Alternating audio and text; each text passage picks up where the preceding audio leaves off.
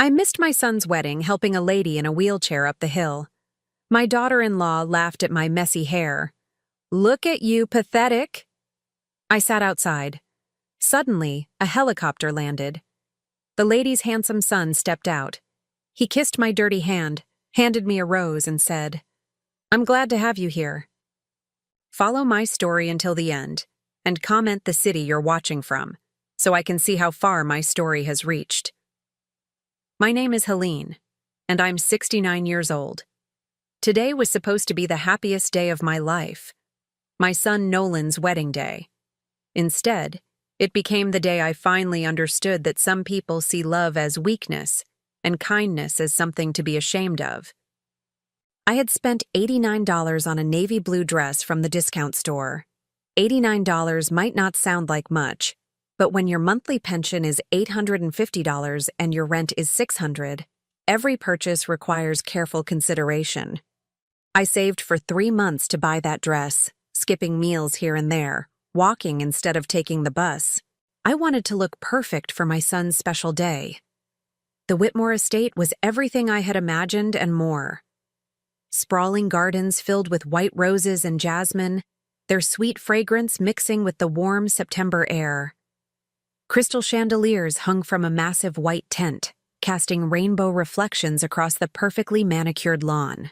A string quartet played softly near the altar, where white silk draped elegantly between marble columns. Everything was pristine, expensive, and intimidating.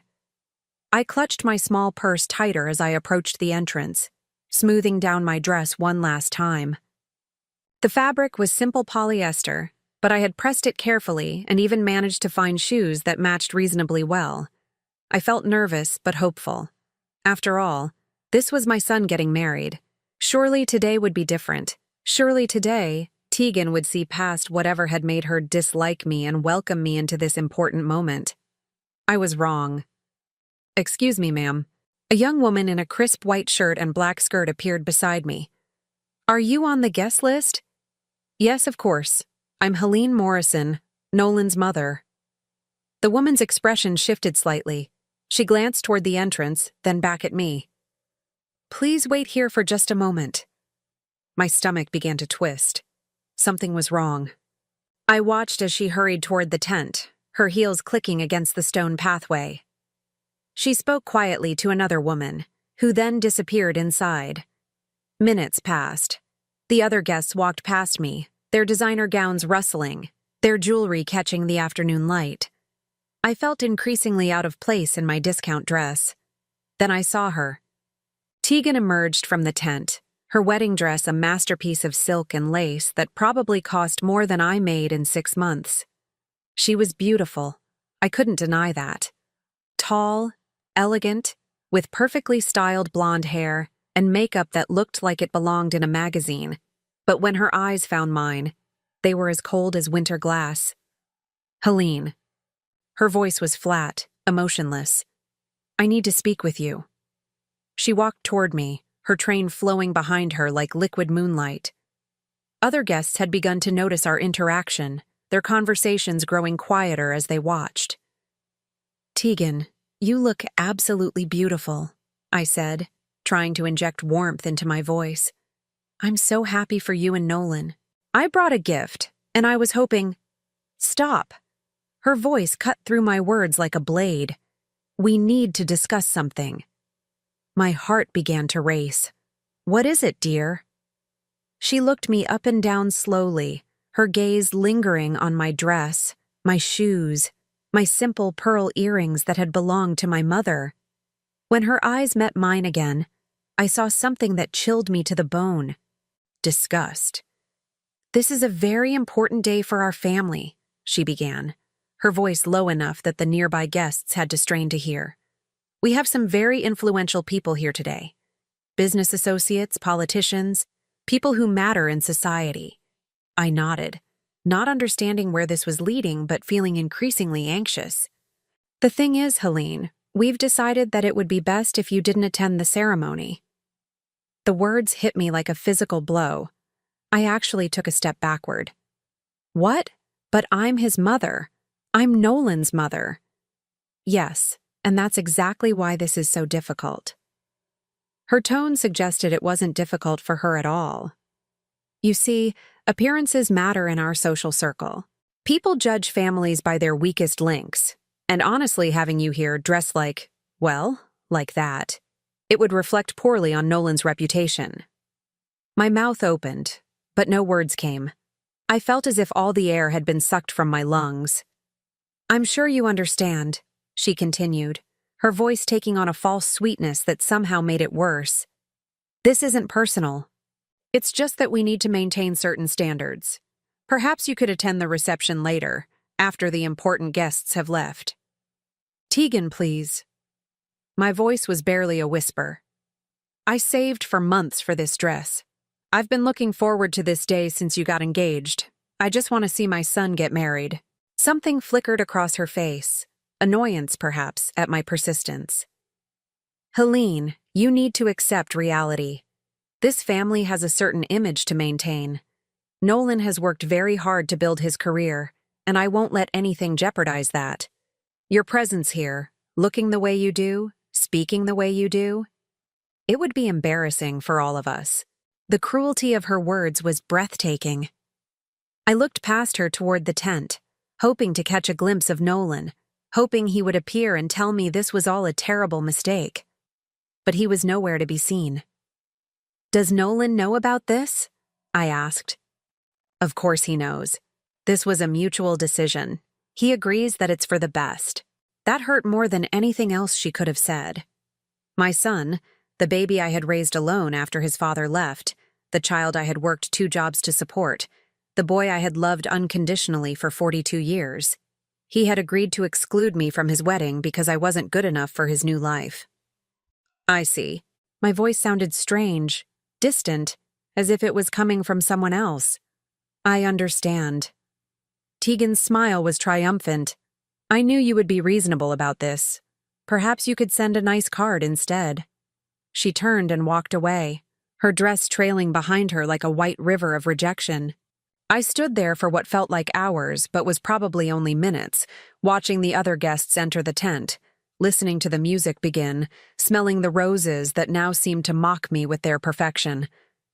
A few people stared at me as they passed. Some looked curious, others pitying.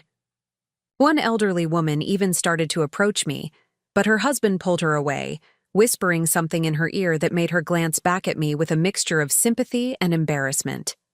I turned and walked away from the tent, away from the music and laughter and celebration that I wasn't worthy to witness.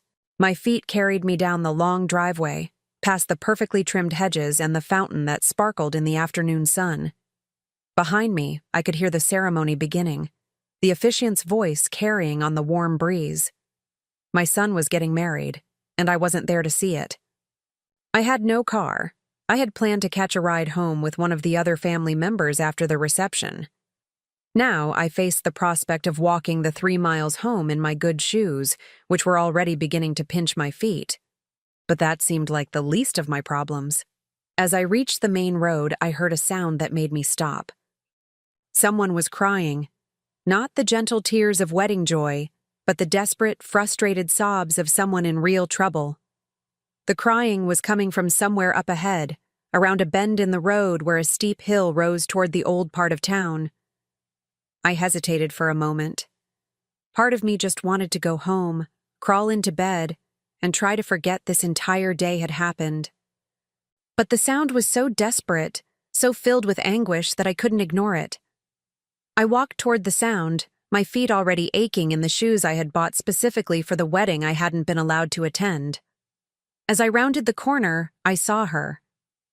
An elderly woman sat in a wheelchair at the bottom of a steep hill, her hands gripping the wheels as she tried unsuccessfully to propel herself up the incline.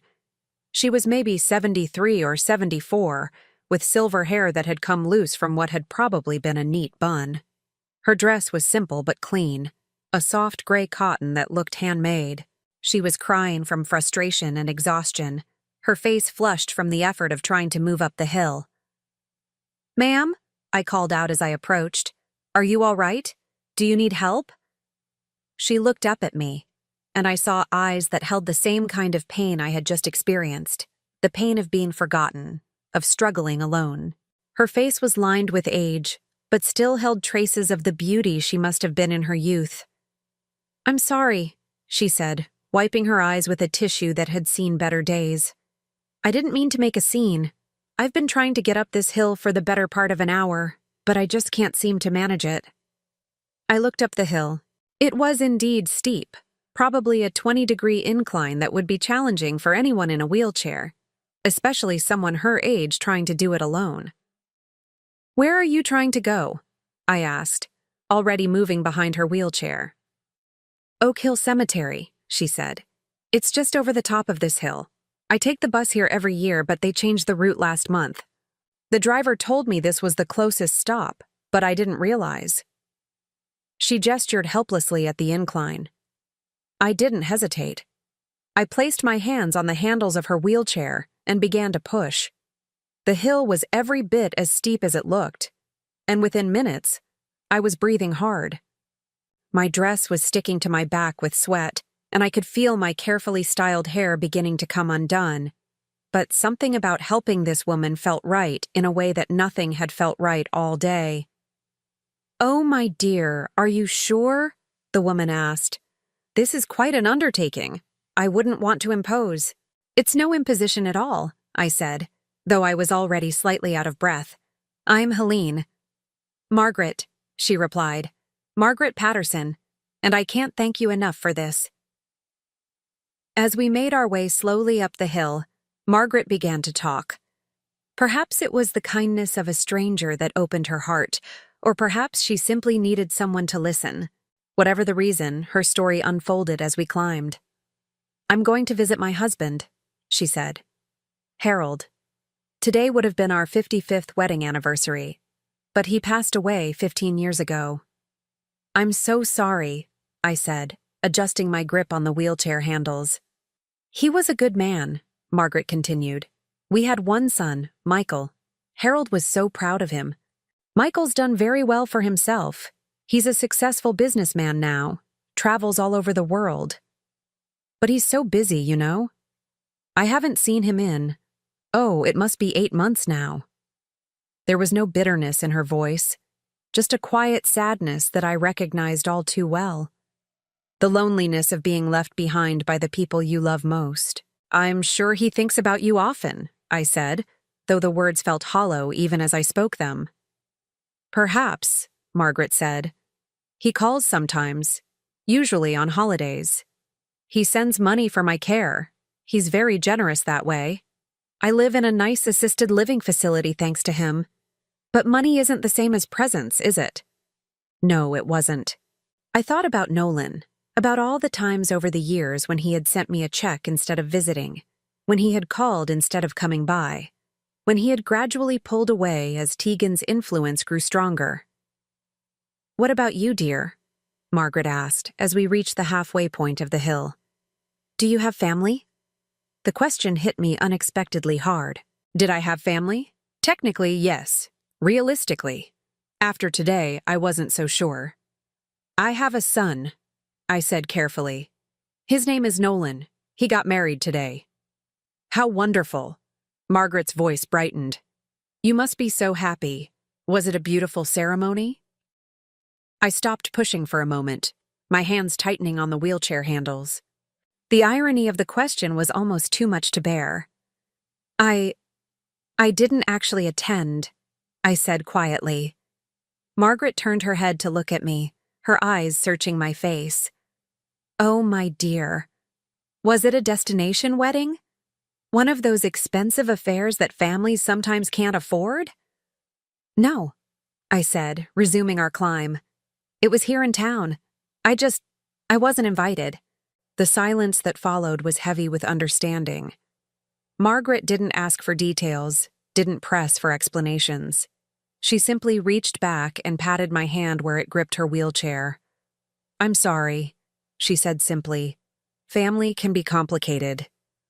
As we neared the top of the hill, Margaret's story continued to unfold.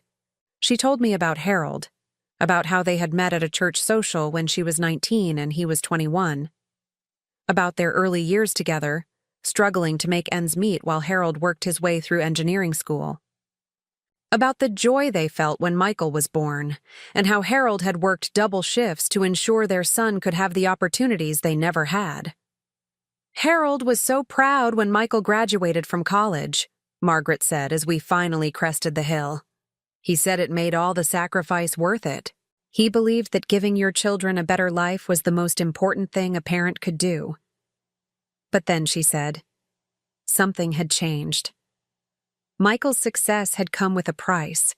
The better life they had given him had somehow convinced him that his old life, including his parents, wasn't good enough anymore. It started slowly, Margaret explained as we approached the cemetery gates. He moved to the city for work, which was natural. But then the visits became shorter. The calls became less frequent. When he introduced us to his colleagues, we could see the embarrassment in his eyes. We weren't sophisticated enough for his new world. My heart ached for her, but also for myself. Her story was too familiar, too close to my own experience with Nolan. Harold was hurt by it, but he never said anything, Margaret continued. He believed that a parent's job was to love unconditionally, even when that love wasn't returned in kind. He said that Michael's success was worth any personal sacrifice we had to make. We had reached the cemetery entrance. Oak Hill Cemetery was old and peaceful, with towering oak trees that cast dappled shadows across weathered headstones. The air smelled of cut grass and old roses, and somewhere in the distance, a lawnmower hummed quietly. Harold's grave is just over there, Margaret said, pointing toward a section of newer headstones under a large oak tree. I come here every year on our anniversary. I bring him roses, red ones. They were his favorite. I pushed her wheelchair along the winding path between the graves. Many of the headstones were elaborate, carved from expensive granite with intricate designs. Harold Patterson's marker was simpler, a modest gray stone with his name, dates, and a simple inscription, "Beloved husband and father." Margaret sat quietly for a moment, just looking at the grave. Then she reached into a small bag attached to her wheelchair and pulled out a single red rose. It was slightly wilted from the heat and the long journey, but it was still beautiful. "Hello, Harold," she said softly, her voice thick with emotion. "I made it again this year. I had some help this time. I want you to meet Helene. She's an angel." I felt tears welling up in my eyes. This woman, abandoned by her son, struggling with mobility and age, had still made this difficult journey to honor her husband's memory. Her love was strong and pure and completely unselfish. "Harold," Margaret continued, "I hope you're proud of Michael. I know you are. I hope you understand why he can't visit more often. His life is so full now, so important." She was making excuses for her son, just as I had been making excuses for Nolan for years, protecting him even when he wasn't protecting her. Margaret placed the rose on Harold's grave and sat back in her wheelchair. "Thank you for bringing me here, Helene. I don't know what I would have done without you." "It was my pleasure," I said, and I meant it. For the first time all day, I felt like I had done something meaningful, something that mattered. As we sat there in the peaceful cemetery, Margaret turned to me with curious eyes. "Tell me about your son," she said gently. "What happened today?" And so I did. I told her about Tegan, about the rejection, about standing outside that tent while my son got married without me. I told her about the years of gradual exclusion, about always feeling like I wasn't good enough for the life Nolan had built with his new wife. Margaret listened without judgment, nodding occasionally, her eyes filled with understanding and compassion. "You know," she said when I finished, "Harold used to say that sometimes the people we love most are the ones who hurt us deepest. Not because they want to, but because they forget that love isn't something to be ashamed of." "Maybe," I said, "but I don't know how to fix it. I don't know how to make him see that I just want to be part of his life." Margaret was quiet for a moment, her eyes distant. Then she smiled, a small, secretive smile that seemed to hold more than she was saying. "You know, dear," she said slowly, Michael may be too busy to visit, but he's a good man at heart. He's built something beautiful with his success. He helps people. I think if he knew what you did for me today, he would be very grateful. Very grateful indeed. There was something in her tone that made me look at her more closely, but before I could ask what she meant, she was already asking me to take her back to the bus stop. After helping Margaret to the bus stop and ensuring she got safely on her way back to the assisted living facility, I found myself facing a difficult decision. It was now late afternoon, and I knew the wedding reception would be in full swing. Margaret's words about love not being something to be ashamed of echoed in my mind, and despite everything that had happened, I felt compelled to return to the Whitmore estate. Maybe Tegan had been right about the ceremony. Maybe I truly didn't belong among those important guests during the formal proceedings. But surely at the reception, when things were more relaxed, I could find a quiet moment with Nolan. Surely I could at least congratulate my son and give him the gift I had brought. The walk back took nearly 45 minutes.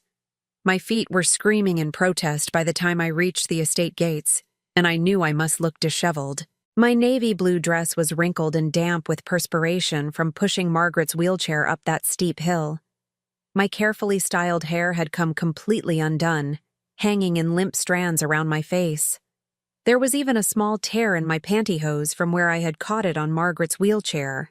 But I pressed on, clutching the small wrapped gift I had bought for Nolan and Tegan, a crystal picture frame that had cost me $37 and represented weeks of careful budgeting. The reception was everything I had imagined it would be. The white tent glowed with warm light from hundreds of twinkling bulbs strung across the ceiling. Round tables draped in ivory linens were arranged around a polished dance floor, where couples swayed to music played by a live band. The smell of expensive food, prime rib, lobster, and elaborate desserts, wafted through the air, making my stomach growl since I hadn't eaten all day. I stood at the edge of the tent, looking for Nolan among the crowd of elegantly dressed guests. Everyone looked so perfect, so polished, so far removed from my world of discount stores and careful budgeting. I felt like an intruder, but I had come this far. Then I spotted him. Nolan stood near the head table, handsome in his black tuxedo, laughing at something one of his groomsmen was saying. For a moment, my heart swelled with maternal pride. This was my son, my baby, even if he no longer needed or wanted me in his life. I began walking toward him, weaving between the tables, trying to go unnoticed. But my appearance made stealth impossible. Conversations quieted as I passed, and I heard whispers following in my wake. Who is that woman? She looks terrible. How did she get in here? Is she one of the catering staff? I kept my eyes fixed on Nolan, determined to reach him before anyone could stop me. But I had only made it halfway across the tent when a voice cut through the air like a knife. Oh my God, what happened to you? The entire reception seemed to freeze. The band continued playing, but every conversation stopped as heads turned toward the source of the commotion. Tegan stood beside me, still radiant in her wedding dress, but her face was twisted with disgust and barely contained rage. Tegan, I said quietly, hoping to avoid a scene. I just wanted to congratulate Nolan and give him his gift. I won't stay long. Look at you. Her voice was loud enough for everyone nearby to hear. She gestured at my appearance with barely concealed horror. You look like you've been rolling in dirt. Your hair is a disaster, your dress is filthy, and you smell like sweat and grass. I felt my cheeks burn with humiliation. She wasn't wrong. I did look terrible. But I had looked this way because I had spent hours helping an elderly woman in need, not because I was careless or slovenly. I was helping someone, I said, my voice barely above a whisper. An elderly lady who needed assistance getting to the cemetery.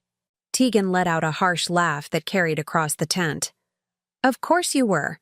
Playing the martyr again, aren't you? Always finding some excuse for your inability to maintain basic standards of appearance. More guests had stopped what they were doing to watch our exchange. I could see phones being discreetly raised as people began recording what they clearly expected to be an entertaining confrontation. "Tegan, please," I said. "I just want to see Nolan for a moment."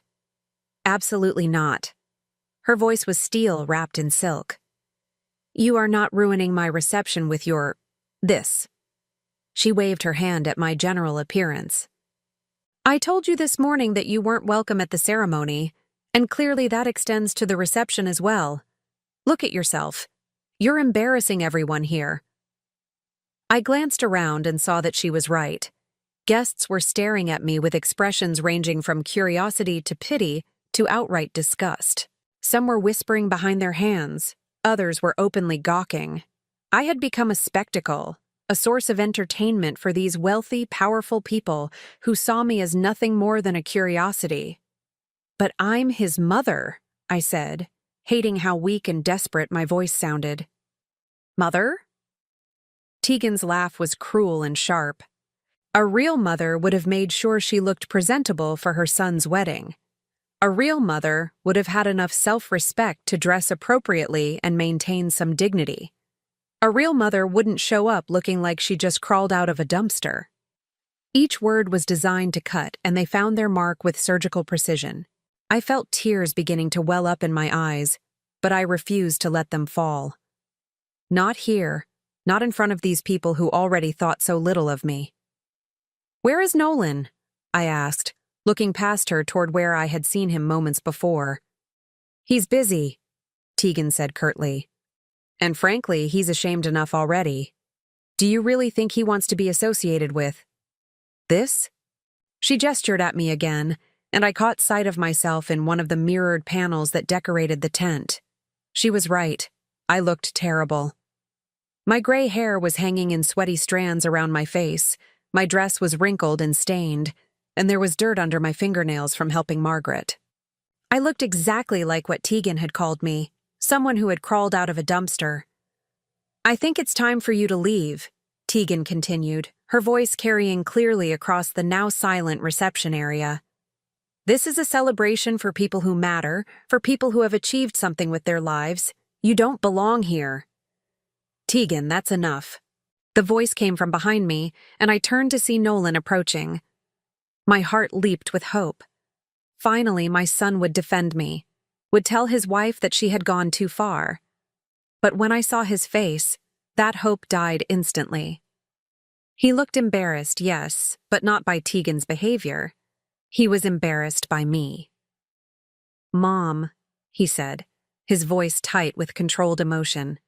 "What are you doing here?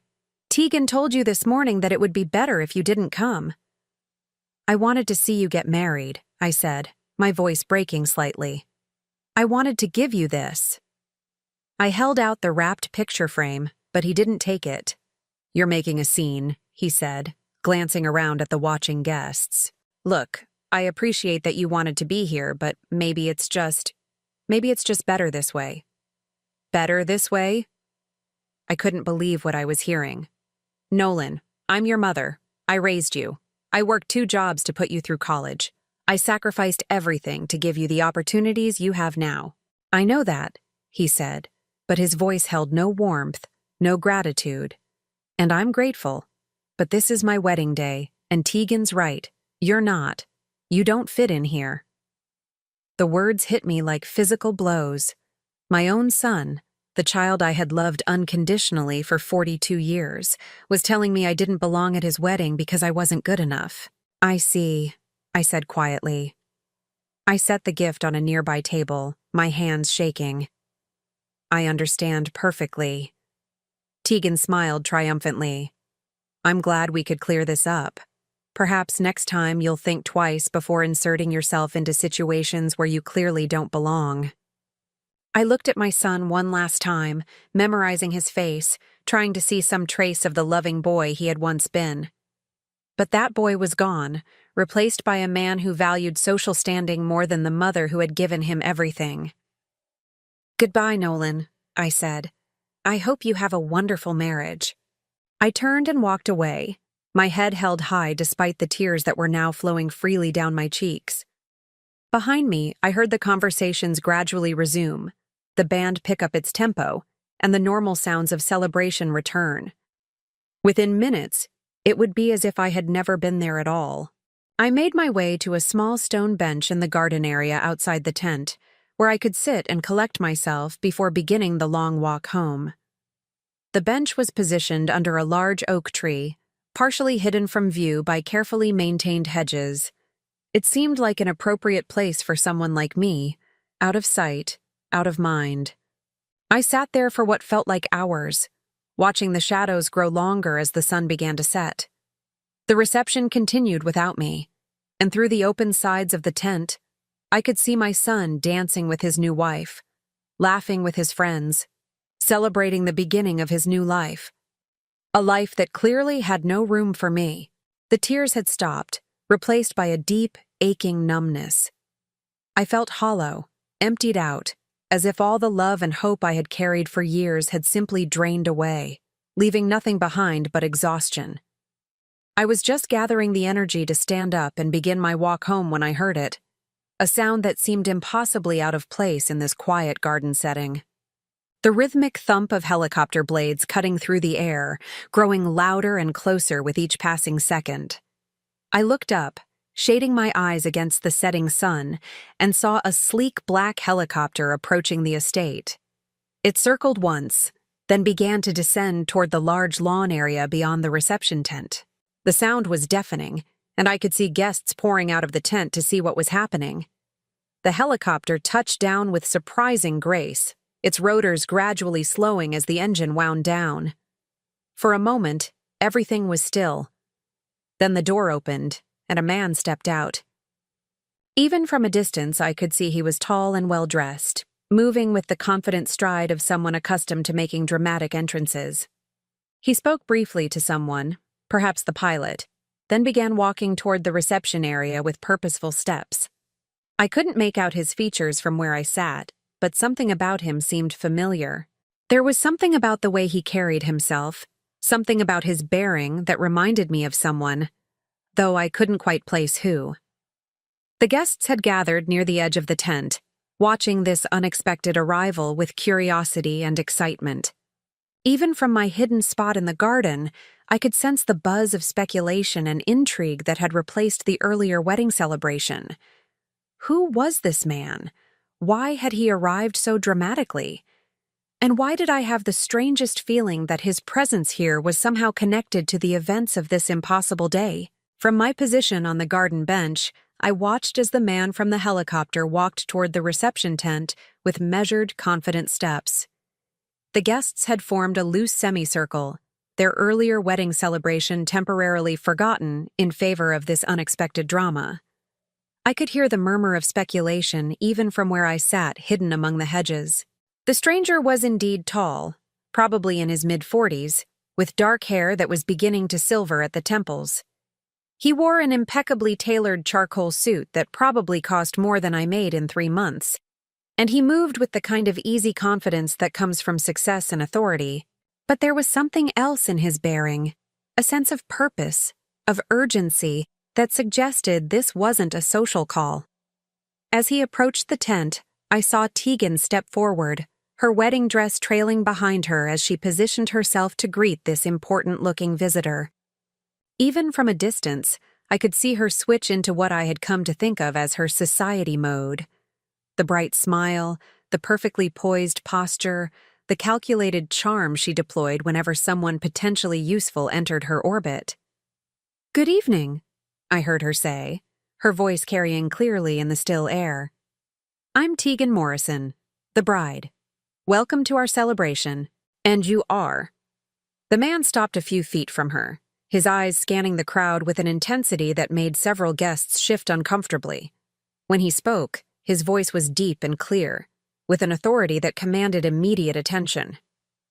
"My name is Michael Patterson," he said. "I'm looking for someone, a woman named Helene Morrison." My heart nearly stopped. Margaret's son. The successful businessman she had spoken of so wistfully was here, looking for me. But why? How had he even known I was here? Tegan's smile faltered slightly at the mention of my name. I saw her glance quickly toward Nolan, who had appeared beside her with a look of confusion on his face. "Helene Morrison?" Tegan repeated, her tone carefully neutral. That's the groom's mother? May I ask why you're looking for her?" Michael Patterson's eyes hardened slightly. "She performed an extraordinary act of kindness for my mother today. I've come to thank her personally." A murmur rippled through the crowd. I could see guests turning to look at each other, trying to make sense of this unexpected development. Tegan's expression grew increasingly uncomfortable. "I see," she said carefully. "Well, I'm afraid Helene isn't here at the moment. She had to leave early." It wasn't technically a lie, but it wasn't the truth either. I was here, hidden in the garden, but I had been expelled from the reception in humiliation just an hour earlier. Michael's expression grew stern. "Had to leave early? From her own son's wedding?" "Well, yes," Tegan said, her voice taking on a defensive edge. "It was a mutual decision. She felt that perhaps she didn't quite fit in with the other guests." I watched as Michael's jaw tightened. Something about Tegan's explanation clearly didn't sit well with him. "I find that hard to believe," he said, his voice cutting through the evening air like a blade. "The woman I'm looking for is someone who would climb a steep hill in 90-degree heat to help an elderly stranger reach her husband's grave. Someone who would sacrifice her own comfort, her own appearance, her own plans, to ensure that a lonely old woman could honor her deceased husband on their wedding anniversary. That woman doesn't strike me as someone who would abandon her own son's wedding because she didn't fit in." Tegan's face had gone pale beneath her perfect makeup. Several guests were now openly staring at her, and I could see confusion and suspicion beginning to dawn on their faces. "Perhaps," Michael continued, his voice growing colder, "someone decided for her that she didn't fit in." The accusation hung in the air like a challenge. Tegan opened her mouth to respond, but no words came. Beside her, Nolan looked increasingly uncomfortable, his eyes darting between his new wife and this imposing stranger who seemed to see right through their carefully constructed facade. "Now," Michael said, his tone leaving no room for argument. "I'm going to ask again, and I expect a truthful answer. Where is Helene Morrison?" Before Tegan could respond, I made a decision. I couldn't continue hiding in the garden while this man defended my honor to people who had spent the day treating me like an embarrassment. Whatever was happening here, whatever Margaret had told her son about me, I owed it to both of them to face it with dignity. I stood up from the bench, smoothed down my wrinkled dress as best I could, and walked out from behind the hedges. The crowd turned as one to look at me, and I saw Michael Patterson's eyes find mine immediately. "I'm Helene Morrison," I said, my voice steadier than I felt. "You're Margaret's son." The change in his expression was immediate and profound. The stern authority melted away, replaced by something that looked almost like reverence. He walked toward me, leaving the crowd of wedding guests behind, and I found myself walking to meet him halfway on the soft grass of the garden. When we were close enough to speak without the others hearing, he stopped and looked at me intently. I was acutely aware of my disheveled appearance, the wrinkled dress, the undone hair, the dirt under my fingernails. But instead of the disgust or embarrassment I had seen in so many eyes today, Michael Patterson's eyes held only gratitude and respect. "Mrs. Morrison," he said softly, "I cannot begin to tell you what you did for my mother today." I shook my head. It was nothing. She needed help and I was there. Anyone would have done the same. "No," he said firmly. "Not anyone. Most people would have walked past an elderly woman struggling with a wheelchair. Most people would have been too busy, too concerned with their own problems, too afraid of getting involved. But you stopped. You spent hours helping a complete stranger reach a place that meant everything to her." I felt tears beginning to well up in my eyes again, but these were different from the tears of humiliation I had shed earlier. These were tears of recognition, of being truly seen and valued for the first time in years. "She called me," Michael continued, his voice thick with emotion. An hour ago. She was crying, Mrs. Morrison. My mother, who never complains, who never asks for anything, was crying because a stranger had shown her more kindness in one afternoon than she had received from her own family in months. He reached into his jacket pocket and pulled out a single red rose. Perfect, fresh, beautiful. She told me to give you this. She said it was for the angel who helped her visit my father. With infinite gentleness, he took my dirty, work-roughened hand and pressed the rose into my palm. Then, to my complete shock, he lifted my hand to his lips and kissed it softly, as if I were a queen instead of a woman in a wrinkled discount dress. "Thank you," he whispered. "Thank you for seeing her humanity when so many others have looked right through her." I was crying openly now, overwhelmed by the kindness of this gesture, by the recognition of my worth that had been so brutally denied just hours earlier. "She's a wonderful woman," I managed to say through my tears. "She loves you so much. She's so proud of everything you've accomplished." Michael's face crumpled slightly. "I know, and I've been a terrible son. Too busy building my career to remember that success means nothing if you forget the people who made it possible." He looked past me toward the reception, where Tegan and Nolan still stood frozen, watching our interaction with expressions of growing alarm. The other guests had begun to whisper among themselves, clearly sensing that something significant was happening, but not quite understanding what. "Mrs. Morrison," Michael said, his voice growing stronger. "My mother told me what happened to you today. How you were turned away from your own son's wedding, how you were made to feel ashamed of who you are." I looked down at the rose in my hands, its petals soft and perfect against my dirty fingers. "It's complicated," I said quietly. "No," he said firmly. "It's not complicated at all. It's simple cruelty dressed up as social necessity. And it's unacceptable." He turned to face the crowd of wedding guests, his voice carrying clearly across the garden. "Ladies and gentlemen, I'd like to introduce you to Mrs. Helene Morrison.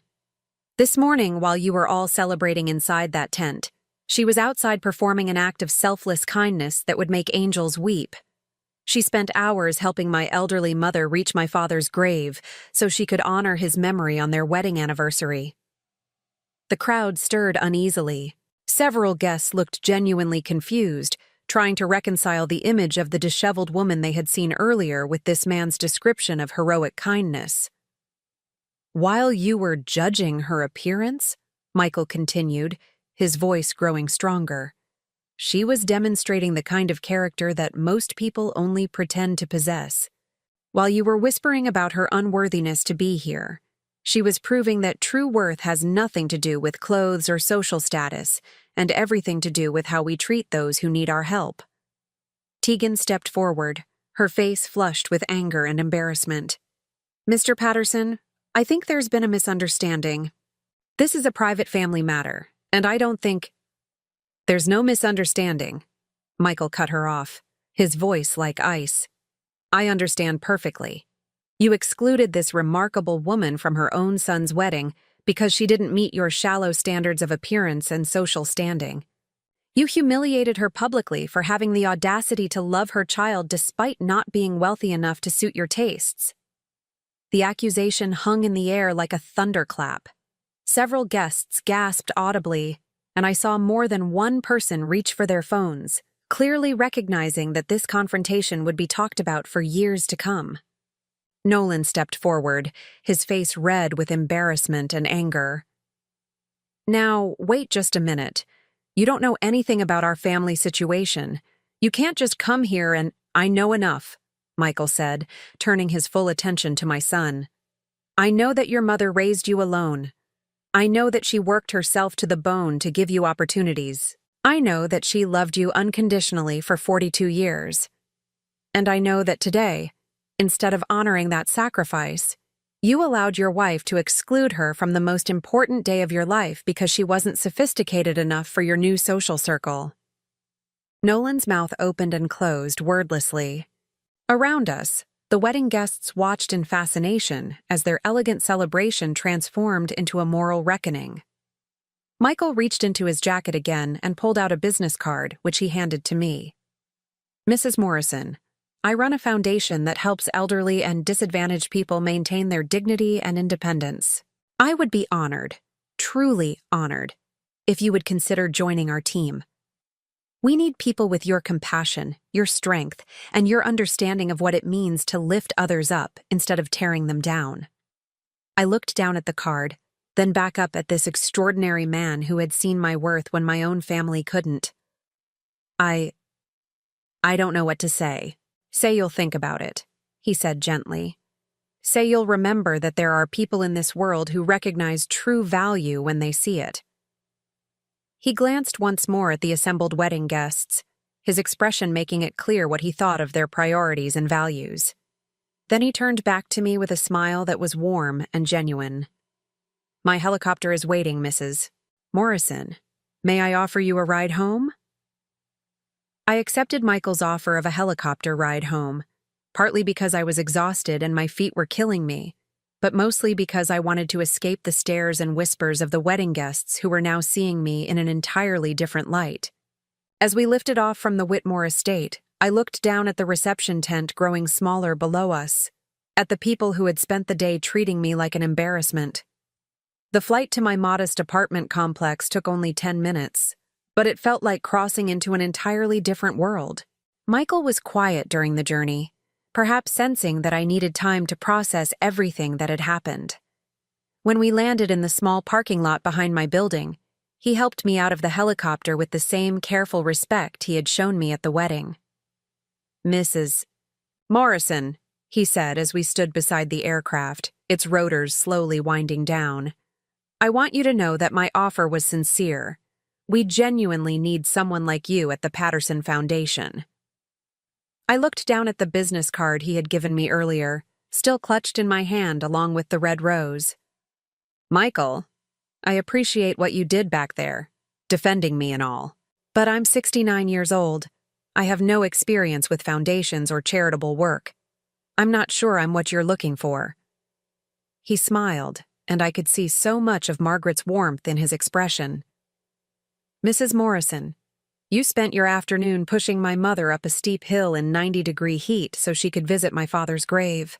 You sacrificed your own comfort, your own appearance at your son's wedding, to help a stranger honor her deceased husband.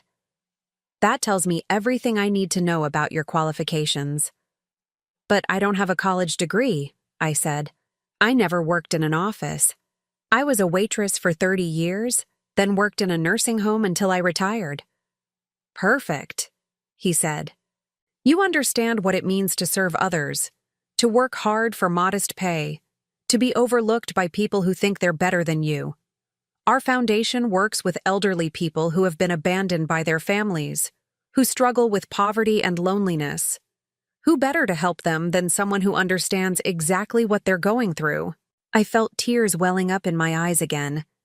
After a lifetime of being told I wasn't good enough, smart enough, sophisticated enough, here was this successful, powerful man telling me that my experiences, the very experiences my family was ashamed of, were exactly what made me valuable. The position pays $4,000 a month, Michael continued. It includes health insurance and a retirement supplement. But more than that, it would give you the chance to help people who desperately need someone who understands their struggles. $4,000 a month, nearly 5 times my current pension. The number was so staggering that I almost couldn't process it. With that kind of income, I could move to a better apartment, maybe even buy a small car. I could stop worrying about choosing between groceries and medication. I need to think about it, I said, though my heart was already singing with possibility. Of course, Michael said. Take all the time you need.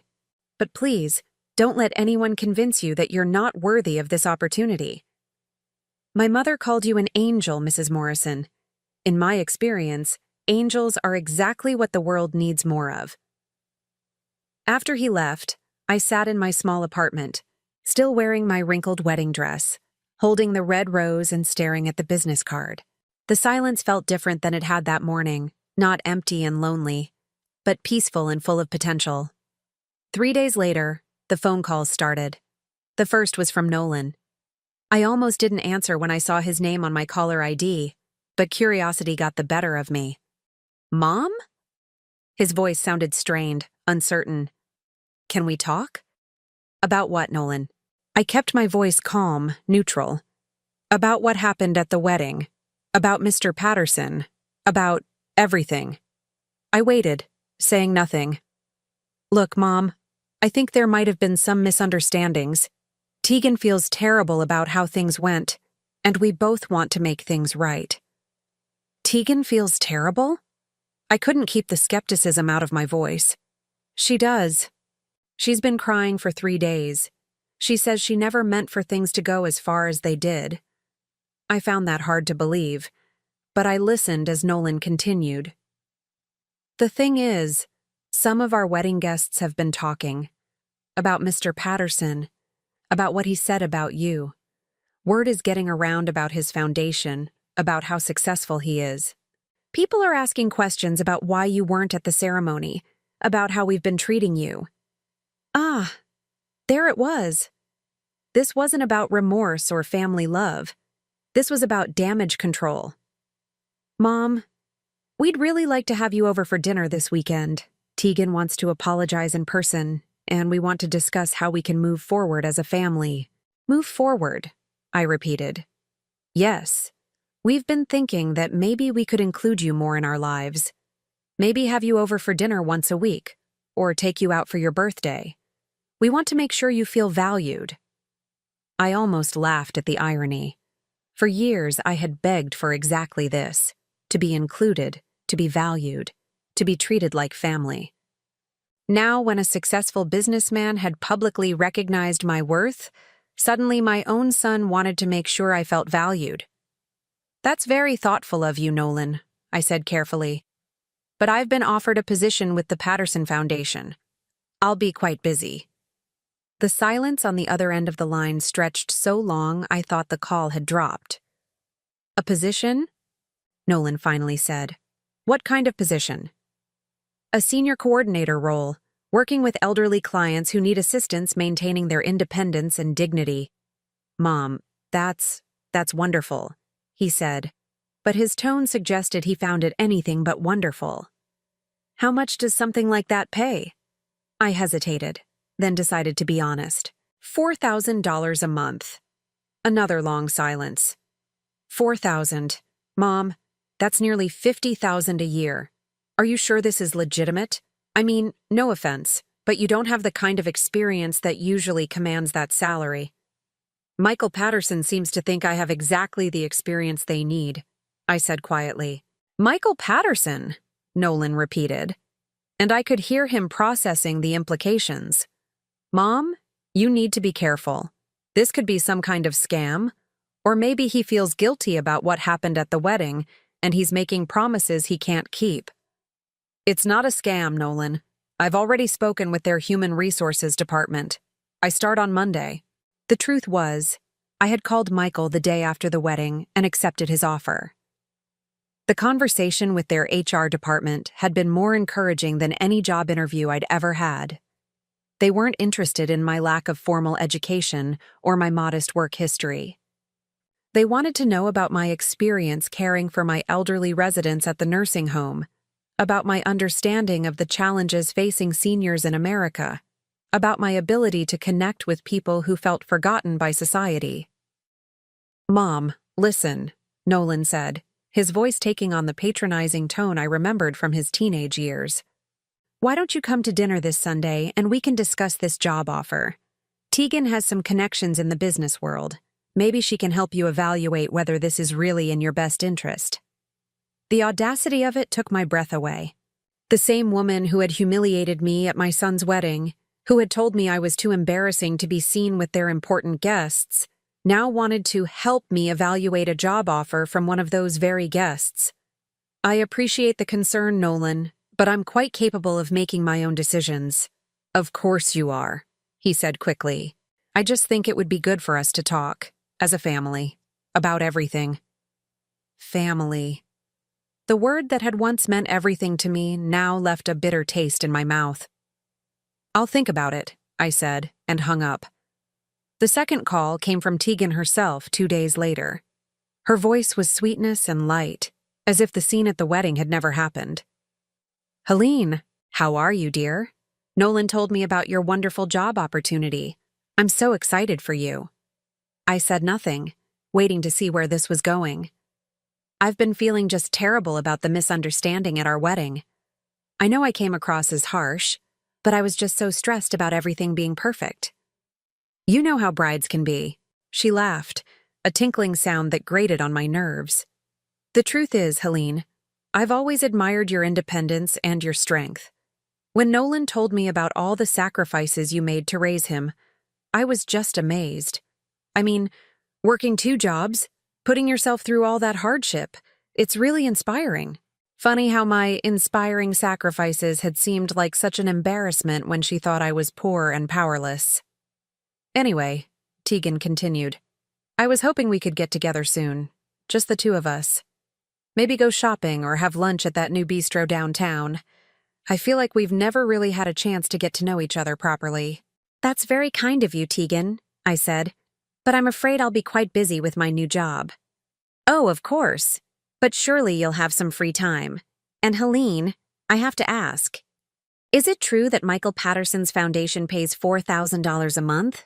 Because if so, that's just incredible. Nolan and I have been talking, and we think it would be wonderful if you moved closer to us. Maybe found a nice place in our neighborhood. Now that you'll be making good money, you could afford something really lovely." I almost choked. 6 months ago, they wouldn't return my phone calls. 3 months ago, Tegan had joked that I should consider moving to a senior living facility because I was getting to that age. Now, suddenly, they wanted me to move to their expensive neighborhood. "We've actually been looking at some properties for you," Tegan continued. "There's a beautiful condo complex just 2 miles from our house. The units are around $300,000, which would be perfect now that you have this new income. You could get a mortgage, and we could help you with the down payment. Help me with the down payment, with money that would ultimately be paid back through my new salary. How generous." "I've also been thinking about family holidays," she went on, "now that things are different. Maybe you could host Christmas dinner this year, in your new place. We could invite some of our friends. They'd love to meet Michael Patterson's newest employee." There it was. The real reason for this sudden change of heart. Michael Patterson was important, successful, connected. If I worked for him, I became a valuable asset instead of an embarrassing liability. "Tegan," I said quietly, "where was this interest in including me in family gatherings 3 days ago?" "Oh, Helene," she said, her voice taking on a wounded tone. "I thought we were past all that. I've apologized and I'm trying to make things right. Isn't that what matters?" "You haven't apologized," I pointed out. "You've explained. There's a difference." Silence. "You're right," she said finally. "I owe you a real apology. Why don't you come to dinner Sunday night? I'll cook your favorite meal and we can talk properly. As family." My favorite meal. I wondered if she even knew what my favorite meal was. I doubted she had ever bothered to ask. "I'll consider it," I said and hung up. That evening, I called Margaret. We had exchanged phone numbers before she left the cemetery that day, and she had called twice since the wedding to check on me and to thank me again for my help. "Helene!" Her voice was warm and delighted. "How are you, dear? Michael told me about your new job. I'm so thrilled for you." "Thank you, Margaret. I have to admit I'm a little nervous about it." "Nervous? Why? You'll be wonderful. Michael has been talking about you non-stop. He says you're exactly what the foundation needs, someone with a heart for helping people." We chatted for a while about the job, about her health, about the beautiful flowers that had appeared on Harold's grave. Apparently, Michael had arranged for a service to maintain it. "Margaret," I said finally, "can I ask you something personal?" "Of course, dear." "Your son, Michael, was he always so thoughtful? So concerned about doing the right thing? Margaret was quiet for a moment. Actually, no, she said softly. For years, he was very much like your son. Successful, busy, focused on his career. He visited rarely, called infrequently. I think success can sometimes make people forget where they came from. What changed? His father's death, she said simply. Michael was traveling when Harold passed away. He missed the funeral because he was in Europe closing some important business deal. He came home to find that I had buried his father without him, that I had spent those last days in the hospital alone while he was pursuing profit. I felt a chill of recognition.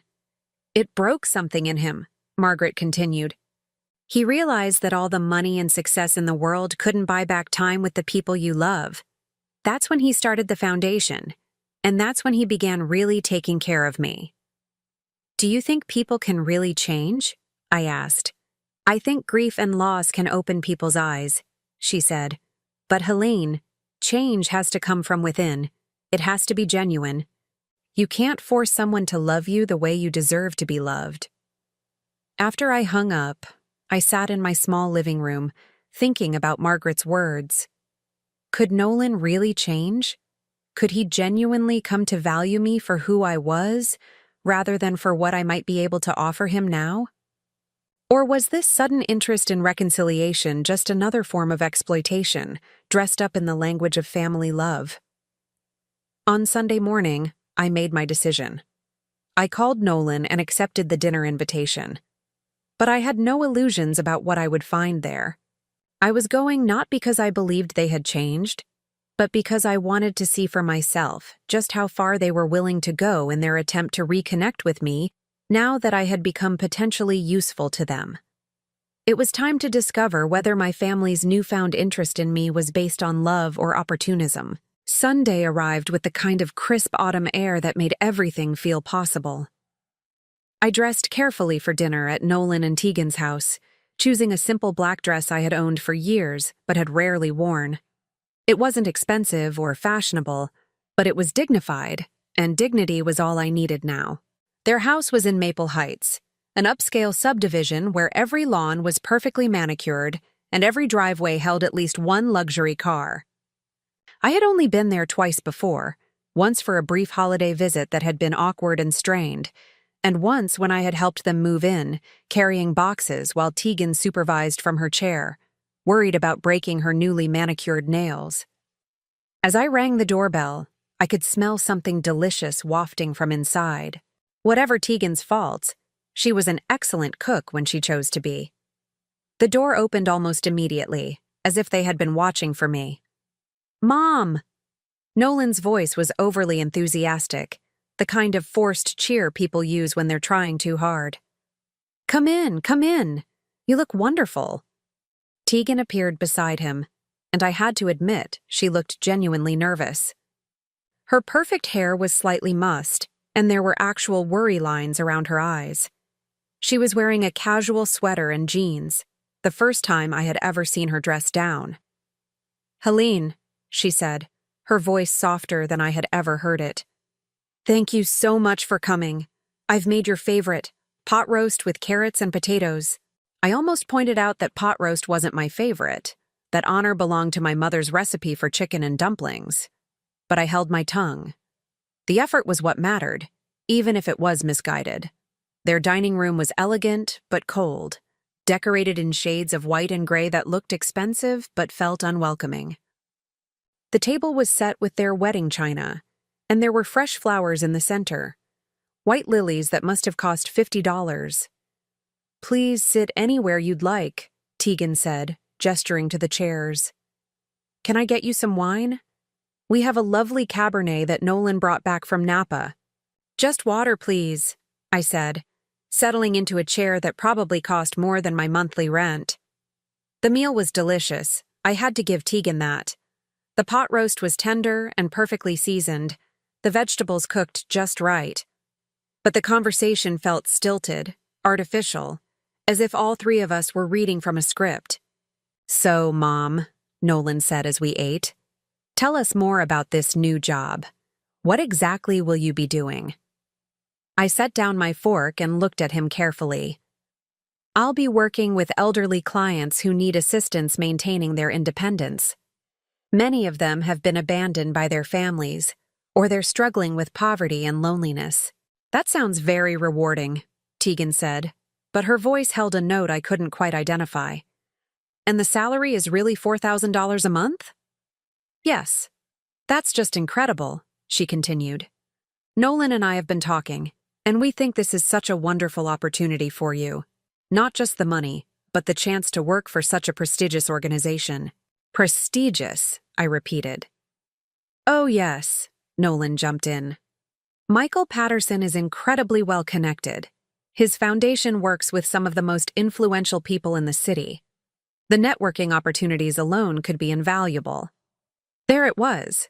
They weren't interested in the work I would be doing or the people I would be helping. They were interested in the connections I might be able to provide. Mom, Tegan said, leaning forward with what I'm sure she thought was sincere enthusiasm. We've been thinking about how wonderful it would be to have you more involved in our lives now. Maybe you could join us for dinner every Sunday. And holidays, of course. We'd love to have you for Thanksgiving and Christmas. That's very thoughtful, I said neutrally. And we've been looking at some properties for you, Nolan added. There's a beautiful condo complex just a few miles from here. The units are around $300,000, but with your new salary, you could easily qualify for a mortgage. We could even help with the down payment, Tegan said quickly. Consider it a family investment. A family investment, I echoed. Yes. And Helene, I have to tell you, I've been bragging about you to all my friends, about how you're working for Michael Patterson now, about what an impressive woman you are. Everyone wants to meet you. I took a sip of water, buying myself time to process what I was hearing. 6 months ago, these same friends had heard nothing but complaints about Nolan's embarrassing mother. Now I was impressive and worth bragging about. You know, Tegan continued, her voice growing more animated, we should have a dinner party soon. Invite some of our closest friends. Let them meet you properly. I could make that salmon dish you love, and maybe you could tell everyone about your work with the foundation. Salmon wasn't my favorite either, but I was beginning to understand that Tegan's knowledge of my preferences was about as deep as her newfound affection for me. And Mom, Nolan said, we were thinking you might want to consider changing your last name back to Morrison Patterson. You know, to reflect your connection to the foundation. It would look good on business cards. I set down my water glass with enough force that it clinked against the table. Both of them looked at me with startled expressions. Let me make sure I understand this correctly, I said, my voice calm but cold. 3 weeks ago, I wasn't good enough to attend my own son's wedding because I might embarrass you in front of your important friends. Tegan told me I looked like I had crawled out of a dumpster and that I didn't belong in civilized society. You, Nolan, stood by and watched as your wife humiliated me publicly, and then you told me I didn't fit in with your new life. Their faces had gone pale. Now, I continued, because a successful businessman has offered me a job and publicly recognized my worth, suddenly I'm impressive enough to brag about. You want me to move to your neighborhood, host dinner parties with your friends, and essentially become a trophy you can display to show how well-connected you are. Mom, that's not... Nolan started. Let me finish, I said, my voice cutting through his protest like a blade. You're not interested in me as a person. You're not sorry for the years of neglect and dismissal. You're not even genuinely apologetic for what happened at the wedding. You're interested in what I can do for you now that I have value in your social circle. Tegan's carefully composed expression had crumbled. Helene, please, you're misunderstanding our intentions. We genuinely want to make things right. Do you? I stood up from the table, my chair scraping against their expensive hardwood floor. Then let me ask you this, Tegan. What's my favorite color? She blinked, clearly caught off guard. What? My favorite color. If you genuinely care about me, if you want to build a real relationship, surely you know something as basic as my favorite color. Silence. What about my birthday, Nolan? When is your mother's birthday? My son's face went red. Mom, that's not fair. I'm terrible with dates. You remember Tegan's birthday. You remember your anniversary. You remember the birthdays of your college friends and your business associates. But you can't remember when your own mother was born. I walked around the table, looking at these two people who had spent the evening trying to convince me they cared about me. Here's what I think happened, I said, my voice steady and clear. After Michael Patterson publicly defended me at your wedding, your friends started asking questions. They started wondering why such an obviously successful and respected man was so concerned about a woman you had excluded from your celebration. They started to question your judgment, your character, your values. Neither of them denied it. You realized that being associated with someone Michael Patterson respects could be beneficial for your career, your social standing, your business connections. So you decided to repair our relationship, not out of love or genuine remorse, but out of calculated self-interest. Mom, please, Nolan said, his voice breaking slightly. It's not that simple. Isn't it? I picked up my purse, preparing to leave. Nolan, I spent 42 years loving you unconditionally. I worked 2 jobs to put you through college. I sacrificed my own dreams, my own comfort, my own future to give you every opportunity I could afford. And the moment you achieved success, you decided I was an embarrassment to be hidden away. Tears were streaming down his face now, but I felt no satisfaction in causing them. I don't need your friendship now that I have value in your world, I continued. I don't need your approval now that someone else has given it to me. And I certainly don't need you to help me spend the money I'm earning by working with people who have been abandoned by their families. People exactly like me. I walked toward the door, then paused and turned back. Here's what's going to happen, I said. I'm going to start my new job on Monday. I'm going to help elderly people who have been discarded by their children maintain their dignity and independence.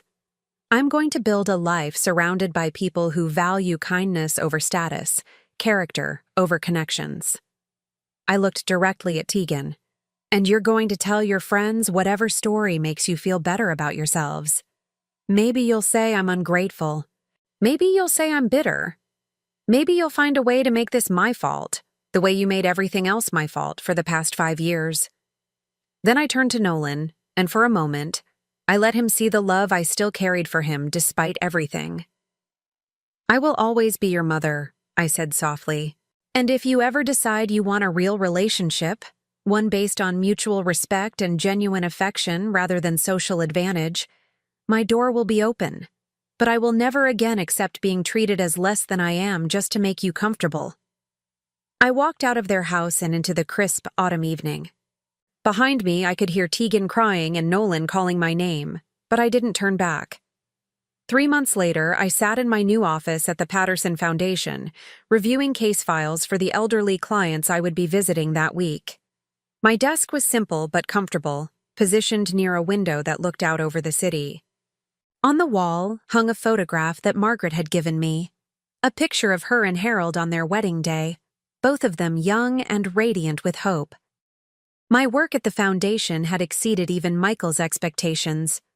I had a natural gift for connecting with elderly clients who felt forgotten by the world, for helping them navigate the complex systems of healthcare and social services, for simply listening when they needed someone to care. My salary had been raised to $4,500 a month after just 6 weeks, and I had been given my own assistant, a young social worker named David, who reminded me a little of Nolan at that age, before success had hardened his heart. I had moved to a small but comfortable apartment closer to the foundation's offices. It wasn't fancy, but it was mine, paid for with money I had earned through work that mattered. The neighborhood was diverse and friendly, full of people who judged others by their character rather than their bank accounts. Margaret and I had become close friends. She visited my office every few weeks, and I often stopped by her assisted living facility for dinner. Michael had also become a regular part of my life, not as a boss, but as the son I had always wished Nolan could be. Respectful, grateful for his mother's sacrifices, committed to using his success to help others, rather than to elevate himself above them. Nolan had called twice in those 3 months. The first time, about 6 weeks after our dinner, he had left a voicemail apologizing for his behavior and asking if we could try again. The second call had come just the week before, and this time I had answered. "Mom," he had said, his voice smaller and more vulnerable than I had heard it since he was a child. "I've been thinking a lot about what you said. About how I treated you, about the kind of person I became." "And?" I had asked, keeping my voice neutral. "And you were right, about all of it.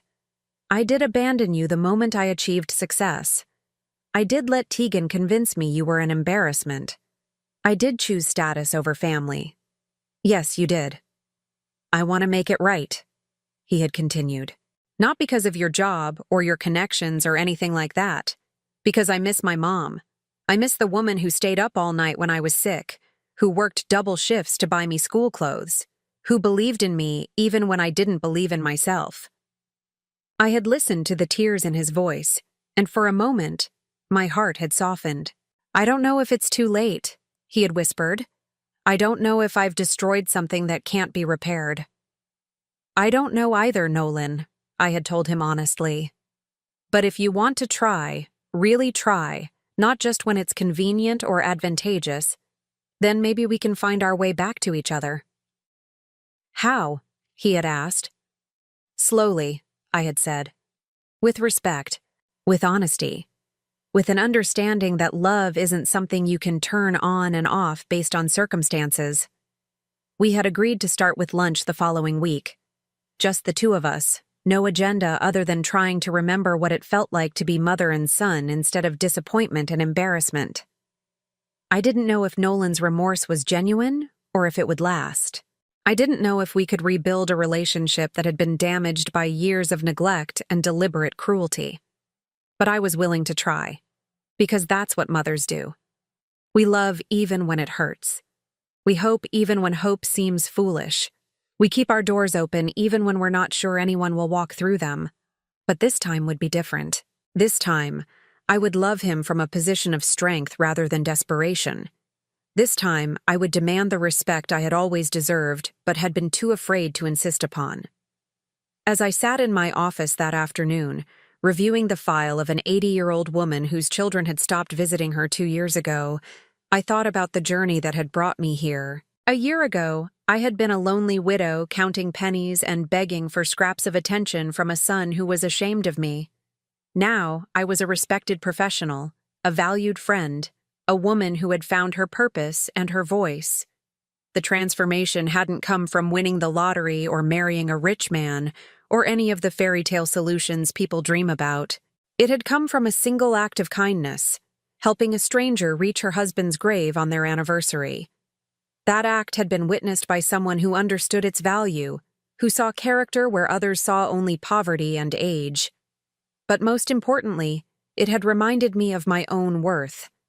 Not my worth as determined by others, but my inherent value as a human being who had spent her life caring for people, sacrificing for family, and choosing kindness even when kindness wasn't returned. I picked up the phone to call Mrs. Henderson, the 80-year-old whose file I had been reading. She answered on the second ring, her voice brightening when she heard my name. "Helene, how wonderful to hear from you. Are we still on for Tuesday?" "Absolutely," I said, smiling as I looked out my window at the city below. "I'm looking forward to it." And I was. Because this was my life now, a life built on purpose rather than desperation, on giving rather than begging, on the understanding that true value comes from how we treat others, especially when no one is watching. I had learned that sometimes the greatest gift we can give ourselves is the courage to walk away from people who don't appreciate us, in order to make room for those who do. And sometimes, if we're very lucky, the people we walked away from find the wisdom to appreciate us again. But whether they do or not, we survive. We thrive.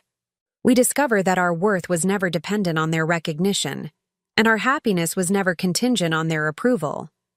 The red rose Michael had given me sat on my desk in a small vase, still fresh after 3 months because I replaced it every week.